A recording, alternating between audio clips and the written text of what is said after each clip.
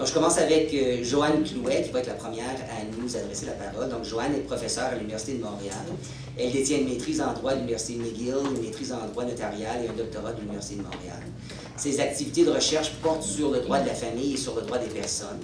Avant d'intégrer le corps professoral de la faculté de droit de l'Université de Montréal, elle a également enseigné à titre de chargée de cours à la faculté de droit de l'Université de Montréal, au département de sciences politiques et au département des sciences juridiques de l'UQAM. Alors, Joanne, c'est la conférencière qui est complètement à ma gauche, donc à votre droite, et elle nous parlera aujourd'hui de la pluriparenté et la procréation assistée. Deuxièmement, nous aurons Gabrielle Beaulieu, qui est avocate chez Laforge Beaulieu, tout près d'Ottawa. Gabrielle est propriétaire et associée chez Laforge Beaulieu. Elle est avocate, médiatrice, avocate en droit collaboratif, ainsi qu'avocate pour le Bureau de l'avocat des enfants. Après avoir enseigné quelques années divers cours dans le programme d'adjointe juridique et parajuriste à la Cité collégiale d'Ottawa, Gabrielle enseigne maintenant le cours d'introduction au droit de la famille à l'Université d'Ottawa depuis 2017. Donc, Gabrielle, c'est la conférencière immédiatement à ma gauche, et elle vous parlera aujourd'hui de l'évolution du droit de la famille se reliant aux personnes transgenres. Et la dernière et non la moindre pour le premier panel, Cindy Marshall, avocate avec le Youth Law à The Alex. Donc, elle est avocate et médiatrice ici à Calgary. Elle est membre du barreau de l'Alberta depuis 2004 et représente les enfants et donne l'information juridique aux jeunes adultes à Youth Law, un programme du Alex Community Health Center. Elle est née au Manitoba et originaire du Manitoba, a fait ses études en droit à l'Université de Moncton avant de venir ici dans l'Ouest canadien, y compris maintenant à Calgary. Elle a de nombreuses années d'expérience en matière familiale, notamment avec les dossiers très conflictuels. Donc, j'inviterai maintenant donc Joanne à nous parler de la pluriparenté et la procréation assistée. Merci beaucoup.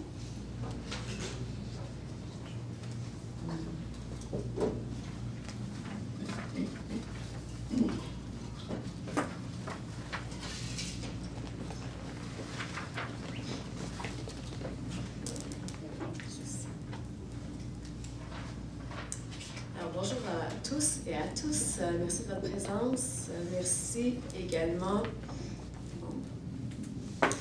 aux organisateurs, en fait, de cette conférence, de cette journée aujourd'hui, qui m'ont invité à parler avec vous de la pluriparenté, comme Alain l'a dit, la pluriparenté dans un contexte de procréation assistée. Alors, ma présentation va se diviser en 3 parties. Je vais d'abord discuter avec vous assez brièvement de l'état actuel du droit québécois. Je vais mettre l'accent, bien sûr, sur ce qui est prévu au Code civil du Québec parce que c'est le droit privé qui s'applique en la matière, donc le droit prévu au Code civil. Et je vais également discuter avec vous d'une décision assez récente de la Cour supérieure qui traite de la pluriparenté. Je vais ensuite brosser rapidement un état des lieux au Canada en discutant de la loi ontarienne et de la loi de la Colombie-Britannique.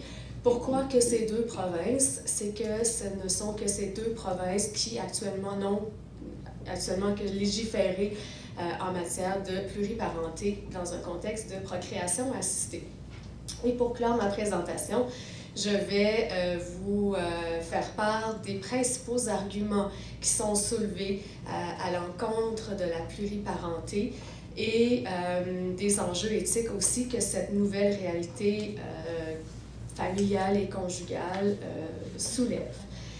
Peut-être que c'est important de vous mentionner que la distinction entre la pluriparenté et la pluriparentalité, ou entre la notion de parenté et de parentalité. La parenté, c'est vraiment le fait d'inscrire un enfant sur un axe généalogique. Donc, c'est vraiment la filiation, ça fait référence à la filiation, alors que la notion de parentalité fait plutôt référence à l'autorité parentale, donc ceux et celles qui pourront être autorisés à prendre les décisions importantes à l'égard de l'enfant. Alors moi, ma présentation, c'est vraiment, ça fait référence à la parenté, et plus spécifiquement à la pluriparenté, Donc, le fait d'inscrire un enfant sur plusieurs axes généalogiques, ce qui réfère à la filiation. Ceci étant dit, c'est à l'article donc 538 du Code civil du Québec que l'on retrouve la définition de la procréation assistée. Je dirais que c'est plus qu'une définition, c'est une disposition en fait qui énonce les conditions ou les critères essentiels pour qu'on se retrouve dans un contexte de procréation assistée au sens juridique du terme. Donc, en vertu de cette disposition, la procréation assistée, en fait, ça consiste au fait pour une personne seule ou pour des conjoints d'avoir recours aux forces génétiques d'un tiers pour réaliser leur projet parental, donc pour réaliser leur projet d'avoir un enfant. Le tiers en question, comme vous pouvez le voir dans la disposition, ne doit pas être partie au projet parental. Qu'est-ce que ça veut dire? Ça veut dire tout simplement qu'en quelque sorte, le tiers est instrumentalisé au bénéfice de tiers. Le tiers est là pour les aider à réaliser leur projet d'avoir un enfant, mais le tiers n'est pas un parent d'intention. Donc, le tiers n'a pas du tout l'intention de devenir parent avec les gens à qui, en fait, avec les gens qui vont utiliser ces gamètes. Lorsque la disposition parle de personne seule, en fait, elle fait référence nécessairement à une femme, puisque le législateur québécois frappe de nullité absolue toute convention de gestation ou de procréation pour autrui. C'est à l'article 541 du Code civil du Québec que c'est mentionné.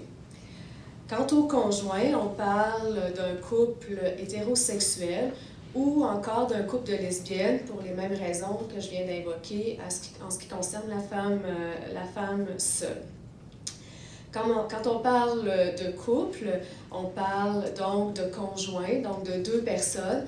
Alors, deux personnes qui ne formeraient pas un couple au sens du droit civil, donc ça veut dire deux personnes qui ne font pas vie commune, ne pourraient pas, du moins au sens de l'article 538, former un projet parental. On pense par exemple à deux meilleurs amis qui ne font pas un couple. La contribution génétique du tiers consiste en un don de gamètes, c'est-à-dire un don de spermatozoïdes et ou d'ovules, parce que rien n'empêche qu'un même projet parental puisse faire l'objet d'une double contribution génétique, à la fois mâle et femelle. Donc, en ce qui concerne la filiation d'un enfant qui naît de la procréation assistée, alors de deux choses l'une. Dans la mesure où les conditions qui sont énoncées à l'article 538 sont rencontrées. Donc, toutes les conditions dont je viens de discuter, soit qu'on est en présence d'une femme seule, d'un couple hétérosexuel ou de lesbienne, avec contribution génétique d'un tiers qui n'est pas parti au projet parental. Donc, dans la mesure où l'ensemble de ces conditions sont rencontrées, la filiation de l'enfant va s'établir avec les parents d'intention, donc avec la personne ou les personnes qui ont formé un projet parental. En revanche, si l'une des conditions prévues à 538 n'est pas rencontrée, la filiation de l'enfant qui naît de la procréation assistée ne va pas s'établir en vertu des dispositions qui découlent des dispositions qui découlent du programme de la procréation assistée, donc 538 et suivant, mais la filiation va s'établir en vertu des règles générales de la filiation par le sang. Et c'est en fait justement ce qui s'est passé dans la décision dont je veux vous parler. C'est une décision récente rendue par le juge Morrison de la Cour supérieure du Québec en avril 2018. C'est une décision qui fait l'objet d'un appel et la décision de la Cour d'appel du Québec est attendue vraiment sous peu. Alors, rapidement, les faits dans cette histoire, ils sont relativement simples. Ça implique trois personnes. Madame X, Madame Y, qui forment un couple de lesbiennes, et Monsieur, qui est le tiers d'honneur. Alors, Madame X et Madame Y ont le projet d'avoir un enfant, donc elles ont ensemble un projet parental. Monsieur, au moment des événements, est en couple avec un autre homme, donc il se considère comme bisexuel. Monsieur a également le désir d'avoir un enfant. et il met donc une annonce sur Internet à cet égard, annonce dont vont prendre connaissance Madame X et Madame Y. Donc, les trois parties se rencontrent, discutent de leur projet et vont conclure une entente. Donc, c'est vraiment ici une entente tripartite. Pourquoi? Parce que monsieur ne cache pas sa volonté d'être parent, à un point tel, en fait, que l'entente qui est conclue entre eux, c'est que chaque personne impliquée va avoir les mêmes droits, les mêmes obligations, en fait, les mêmes pouvoirs, entre guillemets, à l'égard de l'enfant. Donc, le projet parental est concrétisé. Il était entendu que ce soit Madame X qui porterait l'enfant. Donc, Madame X devient enceinte et elle donne naissance en 2014 à l'enfant. Pardon. Au moment de la naissance, Madame Y est présente et la déclaration de naissance de l'enfant est signée par Madame X et par Madame Y. Déclaration de naissance qui est transmise au directeur de l'État civil qui va dresser l'acte de naissance de l'enfant en y indiquant deux filiations maternelles, soit à l'égard de Madame X et à l'égard de Madame Y. Quelque temps après, Madame Y entreprend un processus de transition de genre, donc elle veut devenir un homme et elle veut que l'enfant l'appelle papa. Donc, ça crée un certain bouleversement dans le couple, à un point tel que cette décision-là serait à l'origine des procédures de divorce entre Madame X et Madame Y. Et rien ne va plus dans le couple, et c'est dans ce contexte que M. X s'adresse au tribunal pour demander qu'il soit déclaré père de l'enfant, donc demander au tribunal, en fait, de rayer le nom de Madame à la déclaration, à l'acte de naissance de l'enfant, Madame Y, pour indiquer plutôt le nom de Monsieur, donc une filiation paternelle à l'égard de Monsieur qui a fourni ses gamètes pour le projet parental. Donc, voici pour les faits. En ce qui concerne les questions de droit, le tribunal va en soulever deux. Donc, il va d'abord se demander, est-ce que dans un contexte québécois, est-ce que c'est possible de reconnaître à un enfant plus de 3 parents? Donc, est-ce que c'est possible de reconnaître la pluriparenté ou la triparenté dans le cas en l'espèce? Et sinon, qui doit bénéficier, qui de Madame Y ou de Monsieur doit bénéficier du lien filial à l'égard de l'enfant? Donc, en ce qui concerne la première question, le tribunal, après analyse, va conclure que la majorité, sinon pratiquement l'ensemble des experts donc de la doctrine et de la jurisprudence vont conclure que le législateur québécois a opté pour le modèle monoparental ou biparental, même si cette intention du législateur n'est pas clairement exprimée dans le Code civil. Parce que si vous tentez, en fait, de trouver une disposition du Code civil qui dit clairement, noir sur blanc, qu'un enfant ne peut avoir plus de 2 parents, vous n'en trouverez pas. En fait, cette prémisse de monoparenté ou de biparenté, elle découlerait d'une part de l'intérêt de l'enfant et d'autre part de l'économie générale des dispositions du Code civil, dispositions en droit de la famille, qui ont été adoptées en 1980. Donc, adoptées en 1980, ça veut dire qu'elles ont été réfléchies à la lumière des réalités des années 60-70, où le modèle familial nucléaire traditionnel dominait. Donc, considérant la réponse à la première question, le juge doit passer à la seconde. Mais avant de répondre à cette deuxième question, il doit répondre à une sous-question, c'est-à-dire, est-on ici face à un contexte de procréation assistée ou est-on ici dans un autre contexte, plus particulièrement dans un contexte de filiation par le sang? Et vous vous douterez bien de la réponse à laquelle est arrivé le juge. Il est arrivé à la conclusion qu'on n'est pas ici face à une situation de procréation assistée. Pourquoi? Bien parce qu'il y a une des conditions de 538 qui n'est pas rencontrée, laquelle, c'est que le tiers qui a donné ses gamètes est parti au projet parental. Souvenez-vous, à 538, une des conditions, c'est qu'un tiers doit ne pas être parti au projet parental, alors qu'ici, monsieur était carrément parti à la connaissance de tous. Donc, cela étant, la filiation de l'enfant ne peut pas être établie en vertu des dispositions de la procréation assistée, donc 538 et suivant, et la filiation donc, doit être établie en vertu des règles de la filiation par le sang, ce qui fait que le juge conclut que c'est le monsieur qui doit bénéficier du lien filial avec l'enfant. Le juge va donc ordonner la modification de l'acte de l'état civil de l'enfant pour rayer le nom de Madame Y comme mère, deuxième mère de l'enfant, pour la remplacer, cette filiation-là, par une filiation paternelle avec monsieur. Le juge Morrison va toutefois s'empresser de conclure que c'est un résultat qui est désolant et de dire que selon lui, l'impossibilité en 2018 qu'un enfant ne puisse pas avoir plus de 2 parents est problématique. Et dans ce cas-ci, justement, l'intérêt in concreto de l'enfant qui était devant lui justifiait qu'on lui reconnaisse 3 parents, puisqu'il avait toujours, depuis sa naissance, été élevé par 3 personnes. Donc, il y avait toujours eu des liens, sur les plans émotionnels et socio-affectifs. Cet enfant-là avait toujours été élevé par 3 parents. Donc, le juge reconnaît évidemment dans un contexte de droit civil que ce n'est pas son rôle de légiférer, mais il invite le gouvernement du Québec à moderniser le droit de la famille et à réfléchir sur la reconnaissance de la pluriparenté, comme l'ont fait d'ailleurs les gouvernements de la Colombie-Britannique et de l'Ontario.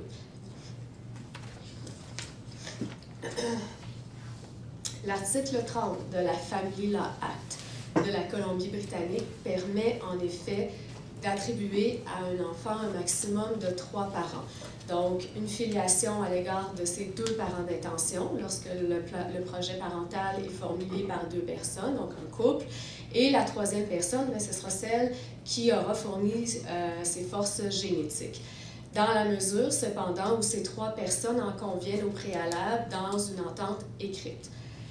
Mais comme la part de force génétique peut être double, comme j'ai eu l'occasion de le mentionner il y a quelques minutes, le législateur de la Colombie-Britannique, à mon avis, pour être logique, aurait dû prévoir non pas 3 parents à un enfant, mais plutôt 4, comme l'a fait d'ailleurs le législateur de l'Ontario dans The All Families Are Equal Act.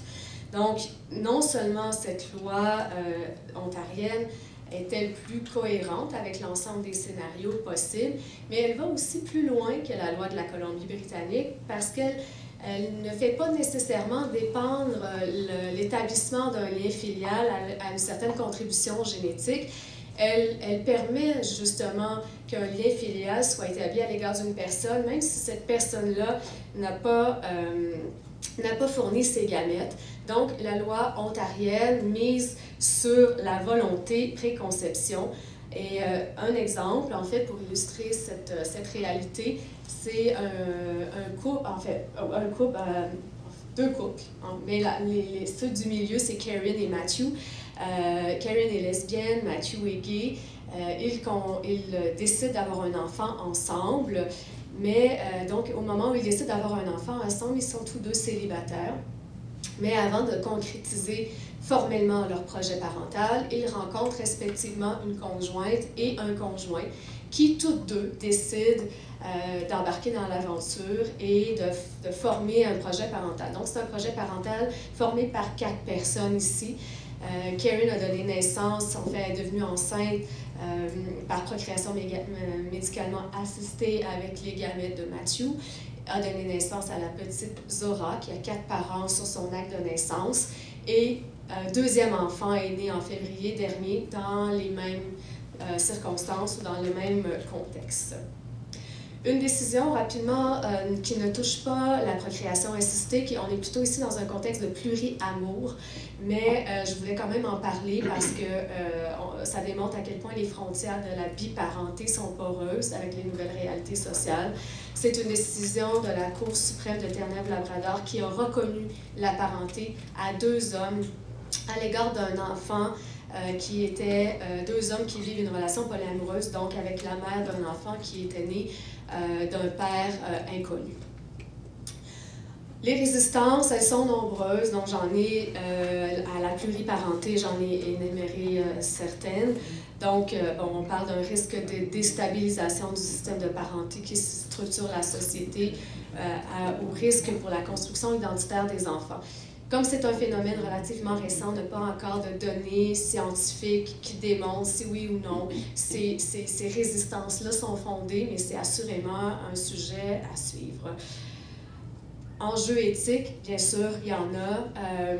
Pourquoi, justement, on peut se demander quels sont les fondements éthiques qui ont justifié la décision du législateur de la Colombie-Britannique de limiter la filiation à 3 parents, alors qu'on sait que ça peut aller au moins à 4.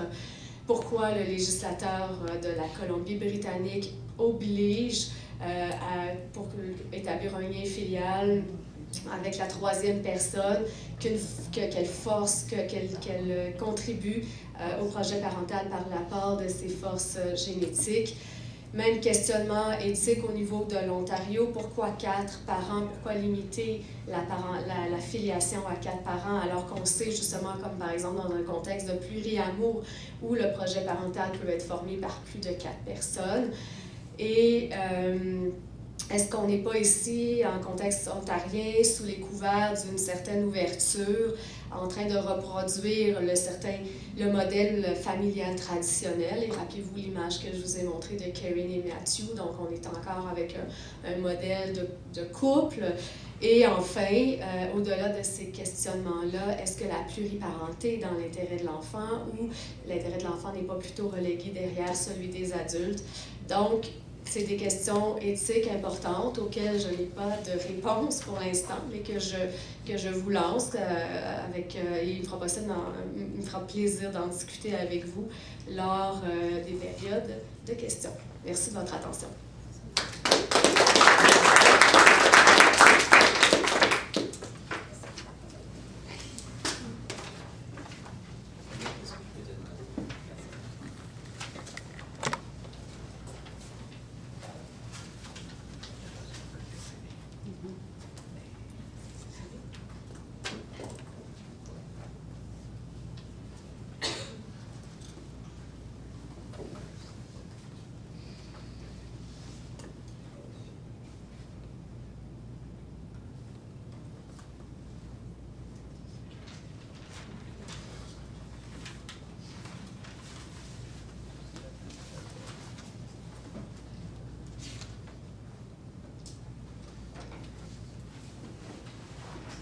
Merci de me recevoir aujourd'hui. Mon sujet étant l'évolution du droit de la famille, mais vraiment se reliant aux personnes transgenres. Je vais passer à travers brièvement un petit lexique de termes pour finalement aller vers les parents transgenres et l'évolution qu'il y a eu dans le droit à travers les années. Pour par la suite entamer avec les enfants transgenres, qui est vraiment le sujet, je vous dirais, d'actualité qui fait parler. Conseil pour les avocats, je ne suis pas certaine que je vais y arriver, mais vous avez au moins ma présentation et vous allez pouvoir y référer. Donc, lorsque je parle de transgenre, on inclut, mais on ne se limite pas aux individus en période de transition identitaire ou qui s'identifient au sexe opposé. Le terme qui est vraiment utilisé dans la majorité des causes, c'est vraiment la dysphorie du genre. Et lorsqu'on parle de dysphorie du genre, c'est là où on parle de la détresse qui accompagne l'incompatibilité entre le genre vécu et le genre assigné. Et quand je vais parler du genre assigné, c'est vraiment le genre qui a été attribué à la naissance comme tel. Par la suite, on parle de non-conformité du genre. Et quand on parle de non-conformité du genre, c'est que l'individu s'associe au sexe qui a été assigné à la naissance, mais ne se conforme pas, selon la société, aux caractéristiques qu'on donne à ce sexe-là ou ce genre-là, soit par le comportement, l'apparence ou la personnalité. Donc, si on commence avec les parents transgenres, il y a eu une certaine évolution, puis je pense qu'on doit retourner en arrière pour voir comment ces gens-là ont dû commencer à se présenter devant les tribunaux. Si on retourne dans les années 80, c'est là où les premiers cas de parents homosexuels se sont présentés devant la cour pour demander la garde de leurs enfants. La décision Monette contre Sylvestre avait beaucoup fait jaser, elle était du côté du Québec. Et ce qui était indiqué dans la décision, c'est que le fait d'être homosexuel ne rendait pas un parent inadéquat ou incapable. Cependant, dans cette décision, la Cour décide d'octroyer la garde aux parents hétérosexuels puisque, comme vous pouvez le voir, l'enfant devrait avoir l'opportunité de vivre dans une cellule familiale complète que notre société considère comme idéale et normale. Donc, dans les années 80, il y avait des stigmas par rapport à l'homosexualité, et là, vient par la suite les stigmas face aux transgenres. Donc, c'est vraiment dans les années 90 qu'on commence à voir des parents transgenres venir devant les tribunaux et demander la garde de leurs enfants. Une des premières décisions, les deux premières décisions vraiment ont été en Colombie-Britannique. Dans la première décision, HIM contre WAM, la Cour permet aux pères transgenres d'avoir des visites, cependant met une condition spécifique qu'ils ne puissent pas s'habiller en femme lors des visites. Puis par la suite, il y a eu la décision Giddoni contre Giddoni, encore en 94 et en 95. Donc la prochaine diapo parle de 95. En 94, c'était la motion temporaire. Puis en 95, il y a eu le procès. C'est vraiment dans cette décision-là que la Cour détermine qu'on ne doit pas supposer que la dysphorie de genre suggère un manquement aux capacités parentales. Donc, il faut arrêter de se questionner, est-ce qu'un transgenre a les capacités d'être un bon parent ou non. Et ce qui est surprenant aussi dans Giddoni et Giddoni, et qui ne devrait pas être surprenant, c'est qu'on octroie à la motion la garde temporaire au père qui est transgenre et la résidence primaire. Et lors du procès, à ce moment-là, on octroie la garde conjointe sur consentement des parties et la résidence primaire demeure là, chez le père. Par la suite, dans les années 2000, donc j'arrive à plus récemment, la Cour suit ce que Giddoni a dit et on arrête d'explorer à savoir s'il y a une capacité parentale qui doit être évaluée si les parents sont transgenres, et on va vraiment évaluer est-ce que ça a un effet sur les enfants, est-ce que les enfants en sont affectés. Dans Boyce contre Boyce, c'est exactement ce qui est reproché au père qui est en transition pour devenir femme, c'est le fait qu'il est en train d'impliquer un peu trop ses enfants en détaillant toutes les procédures médicales auxquelles il va passer à travers. Il accueille chez lui un autre transgenre qui était sur surveillance pour plusieurs tentatives de suicide, qui à son tour, qui une fois de plus tente de se suicider lorsqu'elle réside chez M. Boyce. Et ce que la Cour reproche vraiment à M. Boyce, c'est que son focus est vraiment sur devenir transgenre, de se faire reconnaître par ses enfants comme étant la mère. Ceci étant dit, il semble oublier ses responsabilités parentales. Donc, dans ce cas-là, la garde a été octroyée à la mère. Ce qui m'amène à un cas de 2017, donc très récent. Ce n'est pas un cas du Canada, mais selon moi, fait beaucoup réfléchir. Je ne suis pas ici pour critiquer, pour donner mon opinion. Je pense que tout un débat pourrait avoir lieu, il pourrait durer 20 minutes sur l'analyse de cette cause-ci. Donc, pour relater un peu les faits, la famille est membre de la communauté Charedi en Angleterre, une communauté ultra-orthodoxe. Le père décide de quitter sa femme et sa communauté pour poursuivre son changement de sexe d'homme à femme. Ils ont 5 enfants, âgés entre 2 et 12 ans.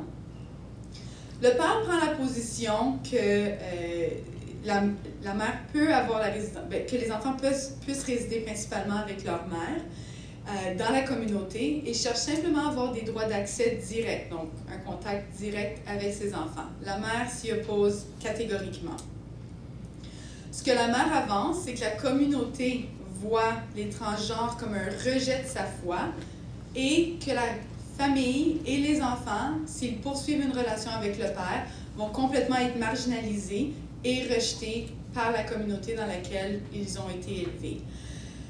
Malheureusement, tous les experts démontrent la même chose et l'avocat des enfants est impliqué et indique que l'aîné, donc lui de 12 ans, ne veut plus voir son père. Ce que la Cour ordonne, et avec beaucoup de réticence, et on peut le voir dans la façon que c'est rédigé, qu'ils semblent marcher sur des coquilles d'œufs. Ils sont réticents à faire leur ordonnance. Ceci étant dit, ils offrent des accès indirects par le biais de lettres 4 fois par année au père. Donc, la mère doit aussi expliquer aux enfants là, que la transition, expliquer la transition de leur père et la réponse de la communauté là, face à ça. Donc, ce que la Cour analyse, c'est bel et bien le meilleur intérêt de l'enfant en disant que les enfants vont subir beaucoup plus de désavantages en ayant des contacts avec leur père que tout avantage qu'ils pourraient avoir en ayant ces contacts-là. La Cour de première instance, encore une fois, dit que c'est vraiment le meilleur intérêt de l'enfant. Je saute rapidement parce que je sais que je suis serrée sur le temps. La Cour d'appel, bien sûr, la décision s'est rendue à la Cour d'appel. Puis la Cour d'appel voit vraiment le tout comme un conflit entre la liberté de religion puis le droit à l'égalité. Elle infirme la décision, puis ce qu'elle critique vraiment, c'est que le juge de première instance n'a pas fait d'efforts suffisants, selon elle, pour essayer de trouver plus de possibilités pour faciliter des accès directs ou plus d'accès au père.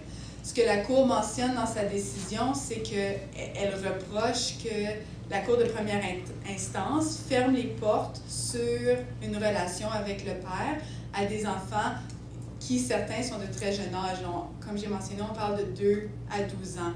Et finalement, elle renvoie la décision à la première instance en disant qu'on doit prendre en considération, à un certain égard, les droits de la personne. Désolée.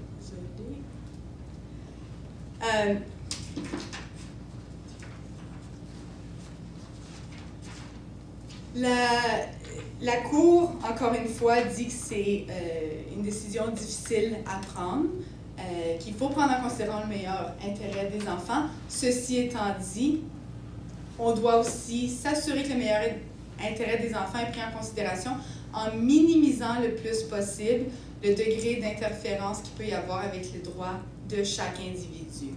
Les deux cours ont été clairs que ces décisions-ci ne devraient pas être vues comme une victoire ou une défaite pour l'une ou l'autre des communautés, que c'est vraiment des réalités qui sont difficiles à gérer. Mais ce que la Cour d'appel dit, c'est que la société évolue et que le droit de la famille doit faire de même. La décision de retourner en première instance n'a pas été trouvée, donc je ne sais pas où s'en est rendu à ce point-ci, mais je pense qu'il y a définitivement une analyse à faire, une critique potentiellement, à savoir comment les cours canadiennes auraient réagi si le même cas se serait présenté là, devant nous.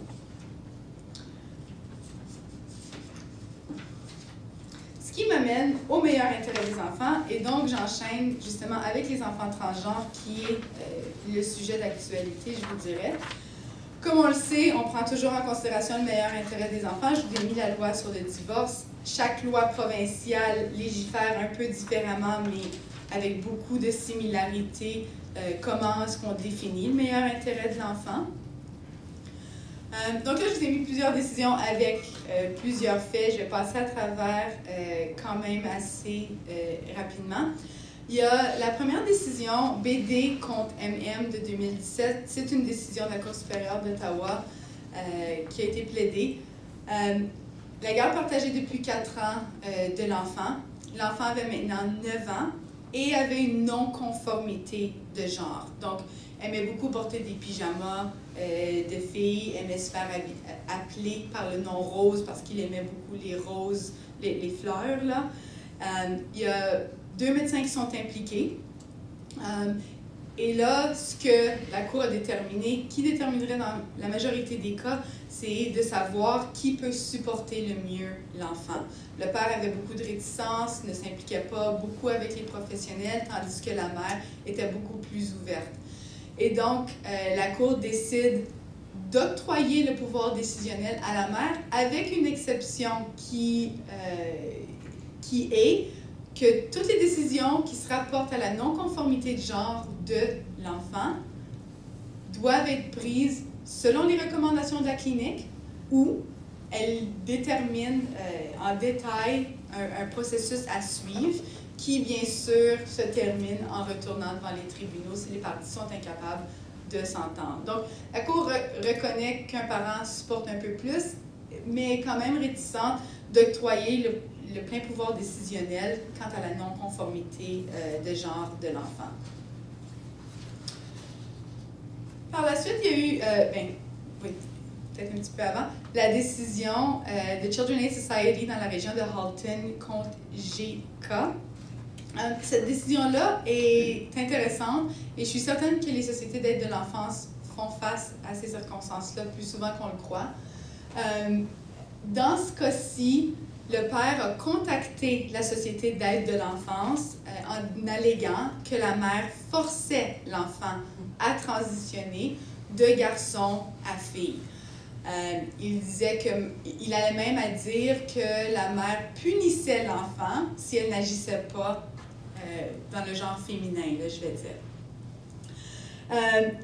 Il y a un expert qui est impliqué et dans cette décision-ci, vous allez vraiment pouvoir voir le médecin et l'expert, je devrais dire, fait une distinction entre l'expression de genre et l'identité de genre. Donc, c'est pas parce qu'un enfant s'exprime avec différentes préférences qu'il s'identifie nécessairement à ce genre-là.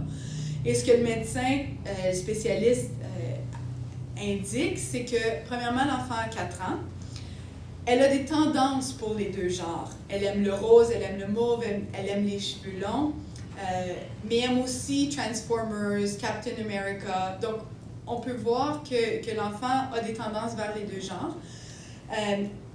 Et ce que le spécialiste mentionne, c'est que l'enfant est encore trop jeune vraiment pour comprendre toutes les questions reliées à son identité, compte tenu qu'elle a 4 ans, qu'elle s'identifie un peu aux deux genres.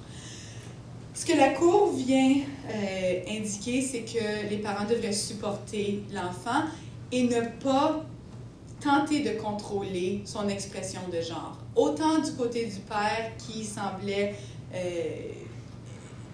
critiquer lorsque l'enfant s'habillait en fille, autant la mère de peut-être pousser un petit peu trop vers la féminité. Cette décision-ci est aussi très intéressante.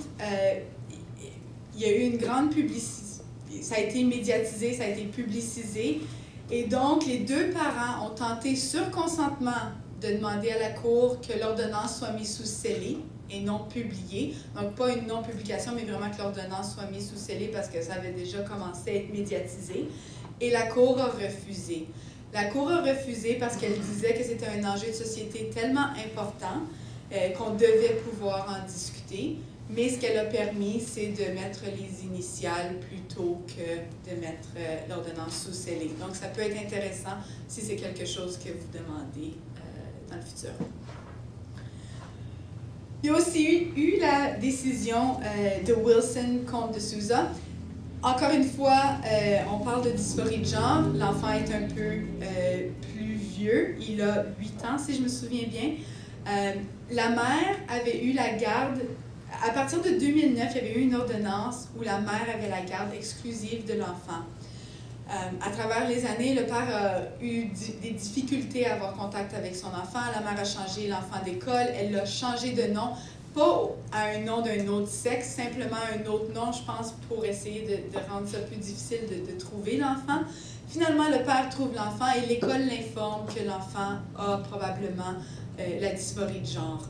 Le père commence à faire ses recherches, va voir des spécialistes, essaie vraiment d'aider l'enfant au meilleur de ses habiletés. Et la mère, quant à elle, ne veut rien savoir de s'impliquer avec les professionnels, est très réticente. Et donc, après 8 ans que la mère ait eu la pleine garde de l'enfant, c'est renversé et le père est octroyé la garde de l'enfant, puisque, selon la Cour, c'est vraiment lui qui va pouvoir aider le mieux l'enfant. C'est lui qui est le plus apte à l'écouter et à aller chercher les ressources nécessaires. Et là, on arrive au choix de médicamenter son enfant. Ce qu'on doit prendre en considération, c'est qu'il y a différentes étapes. La première étape, ça va être les inhibiteurs d'hormones qui ça bloque la puberté, je vais dire, donc les seins et les règles pour les filles, et la pomme d'Adam, donc la voix mue et la masse musculaire là, chez les garçons. Par la suite, il y a les traitements d'hormones où là, vraiment, on va donner de la testostérone ou de l'estrogène aux enfants pour s'en aller vers le sexe souhaité. Puis finalement, il y a l'opération de changement de sexe qui, selon moi, ne s'appliquera pas nécessairement devant les tribunaux en droit de la famille puisque c'est fait plus tard. Jamais dire jamais, mais oui. Donc, lorsqu'on parle de médicamentation, je veux faire un rappel qu'à un certain âge, l'enfant a le droit de consentir à ses propres soins. Là, je vous ai mis un petit tableau. Chaque province légifère différemment. Certaines vont vraiment spécifier l'âge, tandis que d'autres vont analyser si l'enfant a la capacité de comprendre les traitements auxquels il va faire face. Donc, il y a vraiment deux grandes décisions par rapport à la médicamentation. La première décision a été KN contre HA, puis ça, c'était vraiment pour les inhibiteurs d'hormones. L'enfant avait 11 ans à l'époque. Et les parents avaient la garde conjointe. Il avait été recommandé qu'il commence les traitements hormonaux. Par le temps que la motion ait lieu, l'enfant avait eu 2 traitements d'hormones. Le père s'opposait catégoriquement, tandis que la mère l'encourageait. Ce que la Cour a décidé, c'est que les traitements pouvaient se poursuivre jusqu'au procès ou jusqu'à la prochaine comparution, mais c'est là où elle a décidé de nommer un avocat à l'enfant, un tuteur à l'instance, peu importe comment vous l'appelez dans les différentes provinces, afin que l'enfant puisse être impliqué dans toute cette prise de décision-là, puisque c'est une décision importante qui est à lui. Et là, je termine avec la dernière décision qui est vraiment d'actualité. J'étais contente de tomber là-dessus. Elle a été rendue en février 2019 en Colombie-Britannique. AB contre CD contre EF. Et là, c'est la première décision par rapport au traitement hormonal, donc de donner de l'estrogène ou de la testostérone. C'est une fille de naissance qui s'identifie en tant que garçon depuis l'âge de 11 ans. Elle a maintenant 14 ans. Plusieurs tentatives de suicide. Donc, on voyait vraiment un désespoir là, chez l'enfant. La mère le supporte dans les procédures. Il a été vu par plusieurs médecins, psychologues, etc.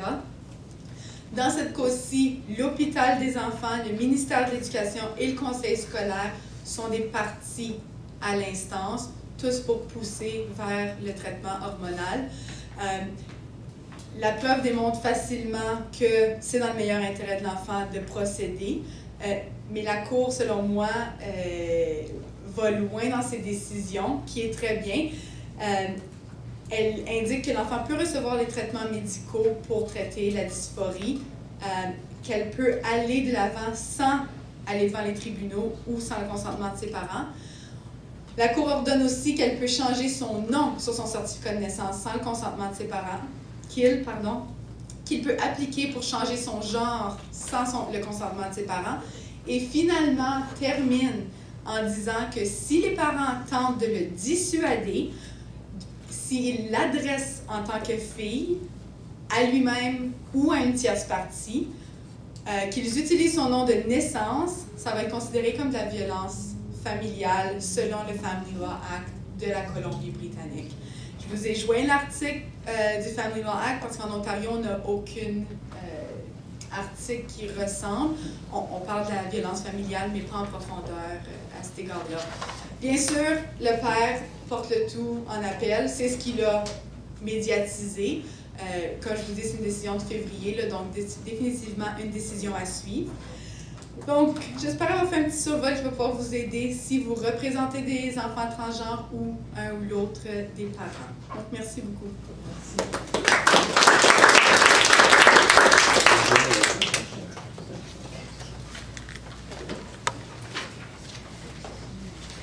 J'ai quelques documents à partager avec tout le monde.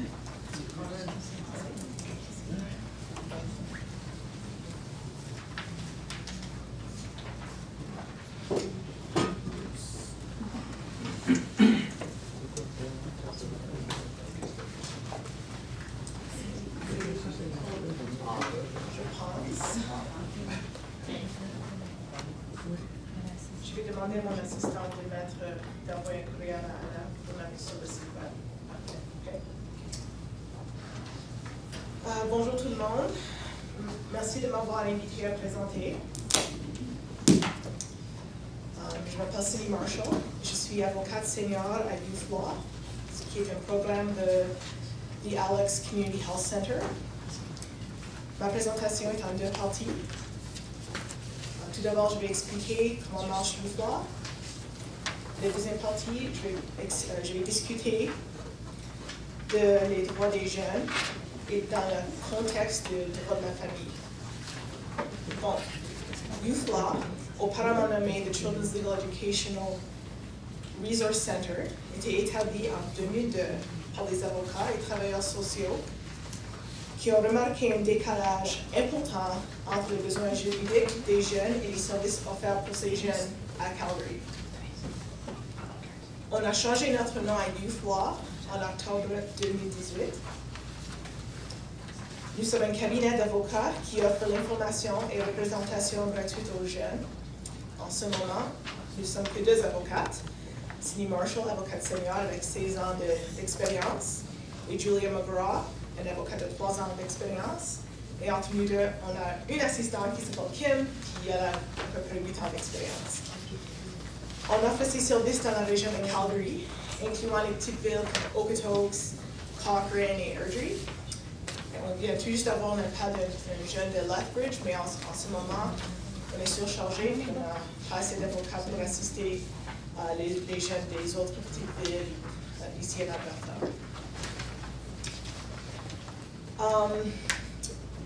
Il y a les jeunes, en effet, qui nous appellent de partout au Canada. Et ces jeunes-là nous demandent des renseignements juridiques aussi. Nos clients sont les mineurs, les adolescents et les jeunes adultes âgés de moins de 24 ans. On offre des services juridiques et les formations et la représentation gratuits à ces jeunes dans les domaines civils suivants: droit de la famille, droit du travail, les situations entre propriétaires et locataires, les testaments et les successions, la propriété personnelle. On n'offre pas de renseignements dans le droit criminel. La majorité de nos clients ont besoin de la représentation dans le domaine du droit de la famille. Donc, l'accès à la justice pour ces jeunes est au cœur de nos services. Et le focus de cette présentation sera sur le droit de la famille et Youth Law. Youth Law ne représente pas les enfants dans les cas concernant la protection de l'enfant. Il y a d'autres avocats chargés de représenter ces enfants, et ces avocats se trouvent au bureau du Child and Youth Advocate. Bon. À Youth Law, on a 4 catégories de clients. On a les enfants et adolescents âgés de moins de 17 ans. On a à peu près 100 dossiers en ce moment dans ce domaine et 191 jeunes clients. On peut représenter des frères et des sœurs s'il n'y a pas de conflit, mais jusqu'à maintenant, on n'a pas eu de conflit. On offre la représentation des jeunes dans les litiges concernant la garde des enfants et les droits de la visite. On ne représente pas les enfants dans les litiges concernant les pensions alimentaires. Ça, c'est la responsabilité des parents. On offre la représentation des jeunes qui ont besoin d'un nouveau tuteur parce que leurs parents ou leur tuteur n'a pas la capacité de prendre soin de cet enfant. Je viens tout juste d'avoir un client réfugié de l'Amérique du Sud. Lui, il avait 15 ans, il avait besoin d'un tuteur, différents tuteurs, donc j'ai réussi à faire nommer sa tante et sa sœur comme son tuteur. Aussi, on fait demande à la Cour pour des ordonnances de protection pour les jeunes. Deuxième catégorie de clients, on a les adolescents et les jeunes âgés de moins de 21 ans. Ces gens-là sont les jeunes parents. Surtout, ils sont les jeunes mères de l'école Louise Dean. À Calgary, l'école Louise Dean est une école pour les jeunes mères et étudiantes enceintes. On peut représenter les jeunes pères, mais s'il n'y a pas de conflit, mais on n'a pas encore eu la demande. On offre la représentation des jeunes parents dans la requête devant la Cour provinciale ou the Provincial Family Court, ou la Cour du banc de la Reine, or the Court of Queen's Bench of Alberta. Et avec ces jeunes-là, on fait parfois les demandes à la Cour pour une ordonnance de protection. Notre troisième catégorie de clients sont les adolescents et jeunes adultes âgés de moins de 24 ans. Ces jeunes-là utilisent the Alex Youth Center. Et à YouthLaw, on donne une clinique à chaque deuxième vendredi à ces jeunes-là. Donc, si vous connaissez des jeunes âgés de moins de 24 ans qui ont besoin de renseignements, on a une clinique, the Alex, à chaque deuxième vendredi. Ces jeunes-là nous demandent souvent juste des renseignements dans les domaines civils déjà mentionnés. Et notre quatrième catégorie de jeunes ou de clients sont les jeunes qui nous appellent ou qui nous écrivent pour des renseignements. On reçoit à peu près 10 appels ou 10 courriels par semaine dans les domaines civils sous-mentionnés. Bon, on n'est que 2 avocates et on est surchargé, comme j'ai déjà mentionné. Et on a toujours besoin de bénévolat, donc appelle-moi, envoie-moi un courriel si ça t'intéresse. Notre cabinet est un cabinet à sans but lucratif, donc on compte sur les donations de la public. Et en ce moment, je suis la seule avocate qui peut s'exprimer en français. Et j'ai 3 clients maintenant qui sont francophones ou francophiles. Bon, qui est le Alex? The Alex Community Health Center, c'est un centre de santé communautaire qui se trouve dans le nord-est de Calgary. Depuis 1973, The Alex offre des services de santé, de logement et d'alimentation aux plus vulnérables de Calgary, incluant les seniors et les jeunes. Depuis 2017, nous sommes un programme de The Alex, et comme programme, nos clients ont accès aux services de The Alex, comme les dentistes, les docteurs, les infirmières, les psychologues, le Youth Center, le centre des jeunes, et le programme d'alimentation. Malheureusement, beaucoup de mes clients ont besoin des dentistes, des psychologues, de nourriture, et donc c'est un bon endroit pour les assister. Donc, c'est quoi le but du YouthLaw? On est là pour donner l'accès à la justice aux jeunes. On veut assurer que les enfants, dans la mesure où ils sont capables de le faire, ont le droit d'être entendus et de participer aux instances qui mènent à des décisions qui les concernent. On donne l'information et parfois la représentation gratuite devant les tribunaux ou à travers des modes alternatifs de résolution comme la médiation et l'arbitrage. Nous sommes la seule clinique juridique dans l'ouest du Canada qui offre ces services. Et c'est très important pour nos clients, surtout les enfants, qu'ils ont l'opportunité d'exprimer leurs opinions devant les tribunaux. Pourquoi est-ce qu'on assiste les jeunes? C'est parce qu'on trouve que les jeunes sont les plus vulnérables dans la société à cause de leur âge. Dans les dossiers du droit de la famille, les jeunes sont les parties intéressées. Ils ont le droit de se faire entendre devant les tribunaux. Surtout dans nos dossiers du droit de la famille, la séparation des parents a un effet bouleversant qui affecte leur santé mentale. Okay? Souvent, on a des clients stressés, en colère, qui veulent se suicider, qui prennent des drogues, qui sont juste confus. Et YouthLaw assiste ces jeunes à exprimer leurs besoins, préférences et points de vue, avec le but de diminuer leur détresse psychologique. Pourquoi est-ce que nos services sont gratuits? Well, c'est parce que les mineurs, dans les dossiers du droit de la famille, n'ont pas les moyens pour payer un avocat. Souvent, les parents n'ont pas les moyens pour payer un avocat. Même l'aide juridique est trop chère pour eux. Les jeunes parents n'ont pas les moyens financiers. En plus de ça, la majorité de nos clients se trouvent dans une situation de violence familiale, soit comme victime ou témoin. Et moi, j'ai trouvé que parfois le parent abusif utilise l'argent pour contrôler leur famille et même notre client.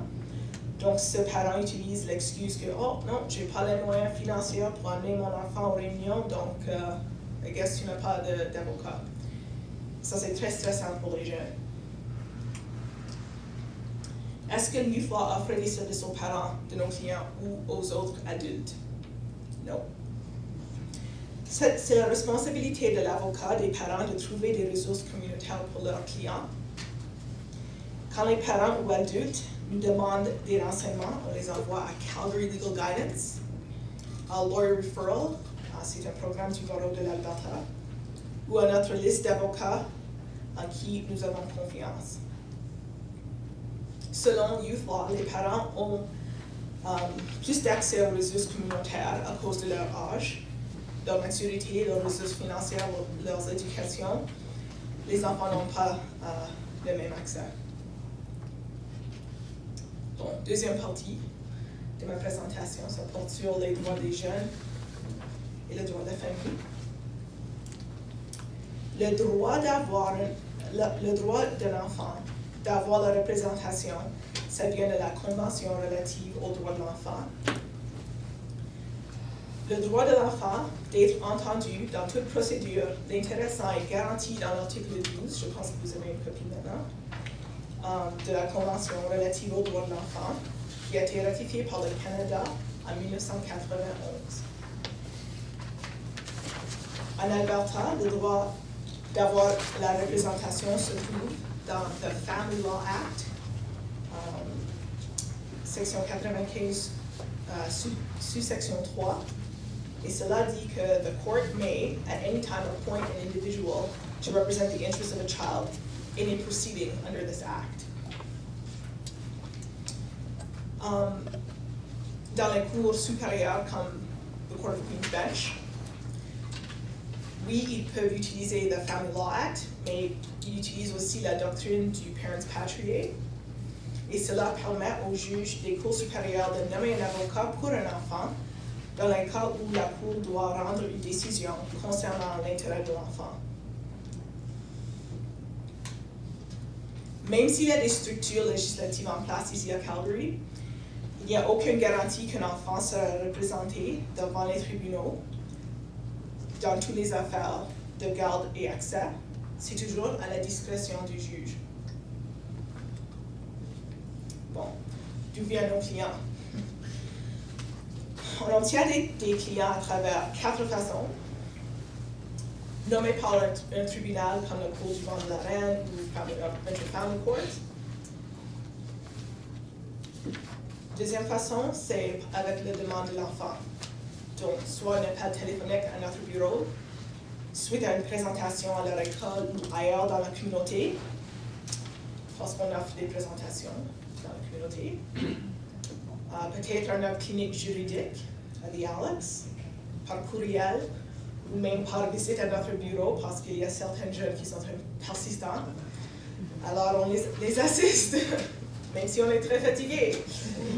Quand l'enfant fait la demande, on écrit une lettre au tribunal pour expliquer la situation de l'enfant.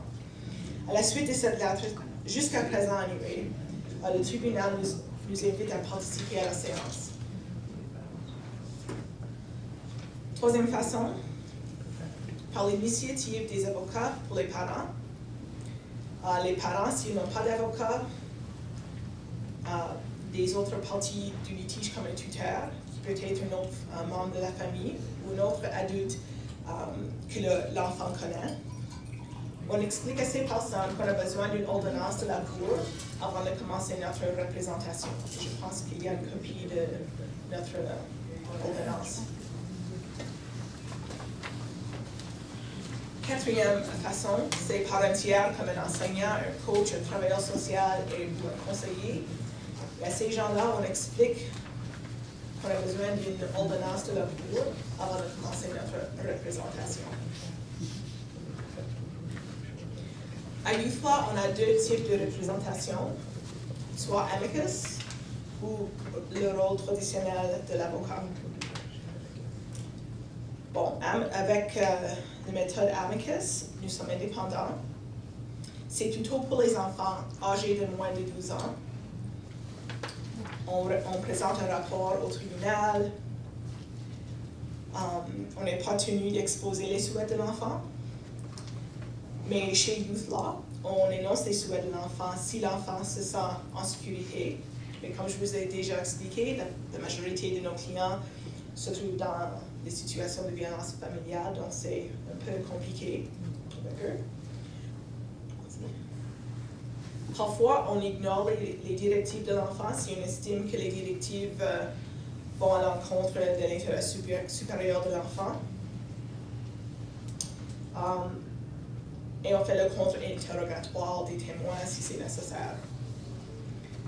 Rarement, on utilise Amicus très rarement pour les enfants âgés de plus de 12 ans, surtout dans les situations où on trouve un enfant qui a un fonctionnement cognitif comme lent, ou s'il y a un parent qui exerce du contrôle sur l'enfant, un parent qui est abusif ou manipulatif. Mais maintenant, je passe à la rôle traditionnel de l'avocat. On est toujours indépendant. Cette rôle est plutôt pour les enfants âgés de plus de 12 ans. On représente l'enfant comme on représente les adultes. On présente les souhaits et préférences de l'enfant même s'ils ne correspondent pas à l'intérêt supérieur de l'enfant. Ces jeunes-là ont la capacité de comprendre les conséquences de leurs préférences ou leurs décisions. On présente un rapport au tribunal et on fait le contre-interrogatoire des témoins. Le choix de rôle est à la discrétion de l'avocat de Youth Law suite à une évaluation de l'enfant. Donc, par exemple, un manque de capacité de comprendre les conséquences est un exemple de conditions qui nous empêcheront de jouer le rôle d'avocat traditionnel. Merci de m'avoir écouté. J'ai utilisé quelques autorités que j'ai trouvées sur le site web du gouvernement fédéral pour préparer ma présentation, comme la représentation juridique des enfants au Canada, rédigé par Levinsky et Gagné. Un document qui s'appelle Violence familiale, pertinence dans le droit de la famille. C'était préparé par le ministère de la Justice. Et la voix de l'enfant au cours du procès, thème en droit de la famille. Ça a été rédigé par Linda Tippett-Leary. Je vous suggère de les lire. C'est pertinent. Merci.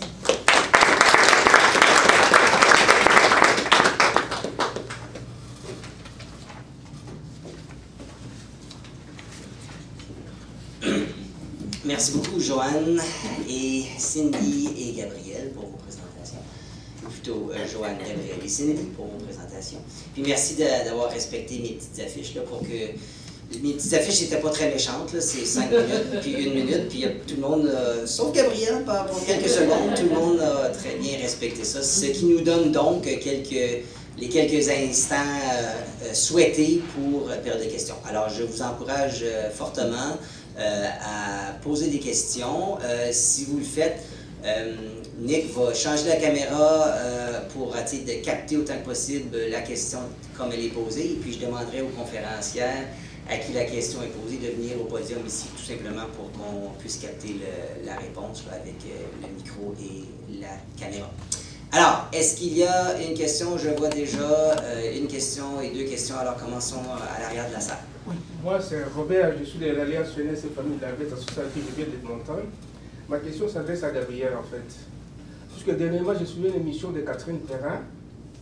Il y a des gens qui ont pensé qu'il fallait changer de sexe et qui, après des années, se rendent compte que se sont trompés. Et ils ont commencé à faire des demandes pour faire sens inverse. Est-ce qu'il y a des dispositions légales dans ce sens-là?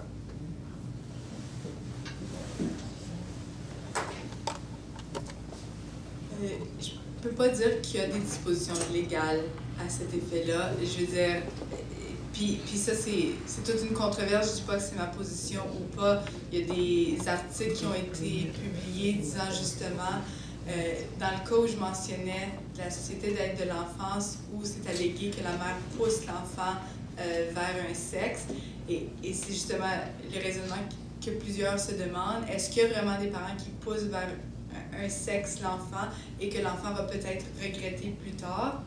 Malheureusement, parce que là, je mettais l'emphase sur les enfants.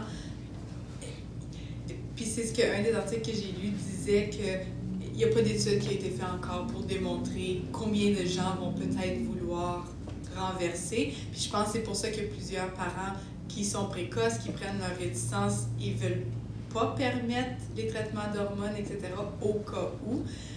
Mais non, il n'y a pas de cause à cet effet-là, en droit de la famille en tout cas. Désolée.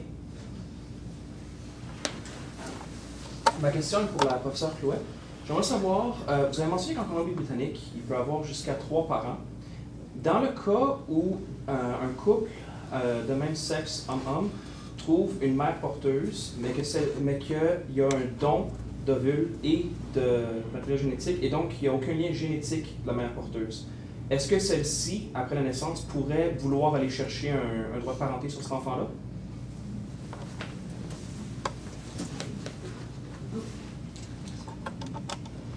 Ça arrive à mon cousin. Je vais répondre à votre question, excellente question, en 2 temps. Je dirais que, en ce qui concerne la présentation que j'ai faite, c'était dans une pluriparenté dans un contexte de procréation assistée. Donc, 3 parents maximum. Donc, si la mère est un couple de 2 hommes, par exemple, donc parents d'intention, et là que la mère porteuse fournit ses ovules et son utérus, enfin, ou qu'il y a un double don, nécessairement, il va y avoir une personne, justement, et c'est là les enjeux éthiques qui sont importants. Il va y avoir une des personnes qui fournit ces gamètes qui va être obligée de... parce que la mère porteuse une femme peut, par exemple, fournir son utérus et l'autre femme ses ovules.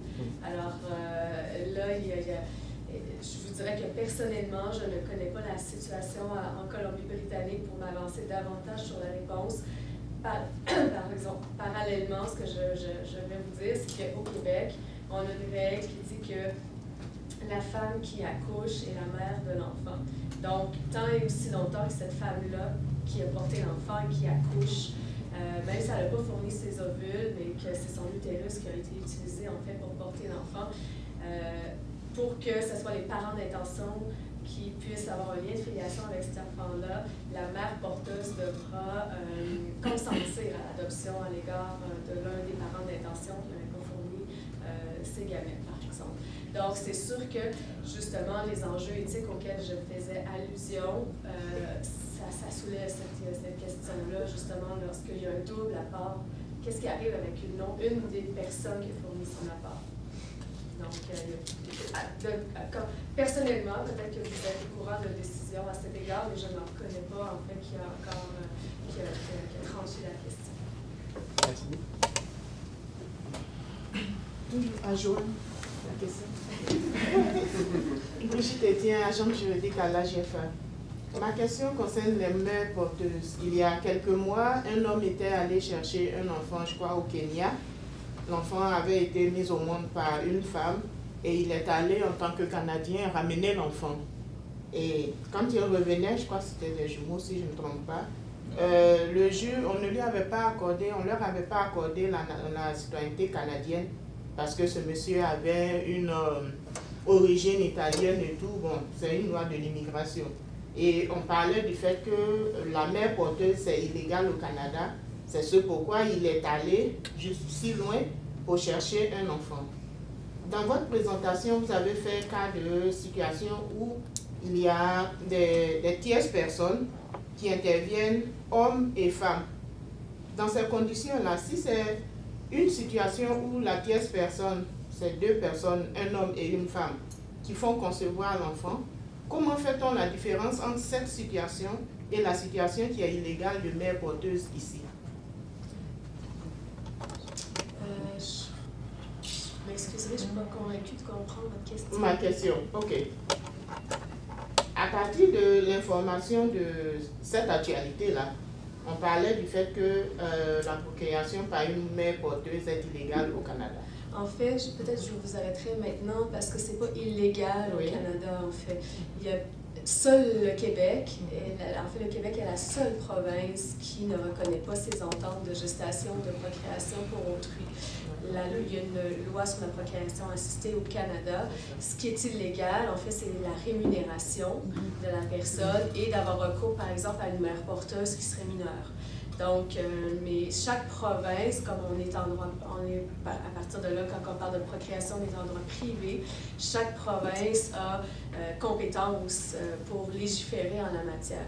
Alors, je ne sais pas si c'est vraiment l'utilisation, je ne penserais pas que ce soit le terme illégalité qui a été utilisé parce que c'est pas illégal. Enfin, on ne peut pas aller en prison si on a recours à une mère porteuse, à moins de la rémunérer ou enfin de commettre un acte criminel en vertu de la loi sur la procréation assistée au Canada. Mais généralement, la loi prévoit des sanctions pénales qui sont soit l'emprisonnement ou soit des amendes.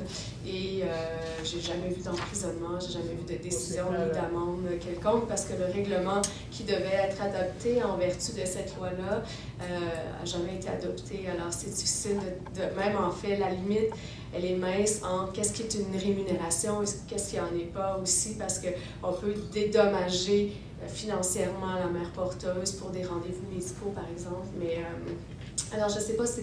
Je n'ai pas l'impression de répondre à votre question, mais on pourra en reparler si vous voulez pendant la pause. Là, mais... Une dernière question. Luketan Pindou, de l'Alliance Jeunesse Famille de la Liberté Société, Edmonton. Joanne encore. Joanne, je suis un peu curieux de savoir s'il y a des mécanismes juridiques par rapport à la pluralité parentale pour l'adoption. Si je comprends bien votre question, ce serait de dire, par exemple, est-ce que 3 personnes qui formeraient un couple, et là on ne parle plus de couple, alors il va falloir adopter notre vocabulaire. 3 personnes qui pourraient adopter. Oui. C'est une bonne question. Je ne me suis jamais arrêtée, mais si comme au Québec, on ne reconnaît pas la triparenté, ce ne serait pas possible. Qu'on ne la reconnaisse pas en procréation assistée, on ne va pas plus la reconnaître en matière d'adoption. Là, vous soulevez ma curiosité, est-ce que la Colombie-Britannique ou l'Ontario le permettrait parce que les lois britanniques-colombiennes ou ontariennes a adopté ou a légiféré en la matière? C'est une bonne question. Mais si quelqu'un a la réponse, est-ce que quelqu'un a la réponse? Sinon, à suivre. Alors, une prochaine présentation, peut-être.